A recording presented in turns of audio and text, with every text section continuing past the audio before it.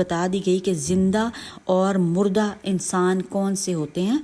तो व्यूअर्स, अगर आप चाहते हैं कि आपके घर में अल्लाह की रहमतें बरकतें आएँ और फरिश्ते वहाँ ठहरें और इन 10 बातों को अपनाने की कोशिश करें। कुरान की तिलावत करनी है जनाब, 5 वक्त की नमाज अदा करनी है, हराम से बचना है और इसके हलाल कमाना है, वालिदैन की खिदमत करनी है, यतीमों मस्कीनों और मेहमानों का ख्याल रखना है, घर में सब्र मोहब्बत और अमन कायम करना है, सुबह शाम के जनाब पढ़ने हैं अस्कार, तहज्जुद की आदत को हमने अपनाना है, दुरूद शरीफ की कसरत करनी है, अल्लाह का जिक्र जारी रखें। अल्लाह हमें उन घरों में शामिल कर दे जहाँ रहमतें उतरती हैं और फरिश्ते हमेशा बरकतें लेकर आते हैं। आमीन सुम्मा आमीन।